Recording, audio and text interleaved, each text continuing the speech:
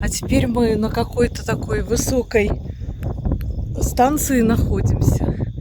В общем, прям высоко здесь. И такое чувство, что звездное небо у тебя на голове. И вот мы сидим, звездочки фотографируем, они здесь прям так хорошо видны. Очень прям удивительно. И так хорошо они различаются.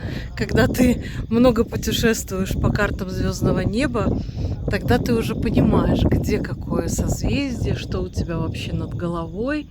И это, конечно, удивительно, потому что нужно было дожить до моего возраста, чтобы научиться разбираться в звездах, понимать вообще, что там, как там, какой бог у тебя сейчас над головой вообще шепчет свою сказку. В общем, удивительно.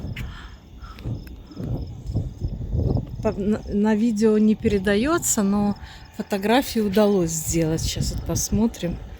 Но нет, вот на видео почему-то никак. Хотя на самом деле все небо усыпано звездами. И тогда ты понимаешь, когда ты вот своими глазами все это видишь, ты понимаешь, как видели небо, как видели звезды, фараоны, их советники и все те, кто этим занимался. На самом деле здесь, видимо, это вопрос климата. Все очень понятно, все очень различимо, все очень видно хорошо. И те люди, которые были поставлены за этим наблюдать, ну, особой сложности, видимо, им это не доставляло.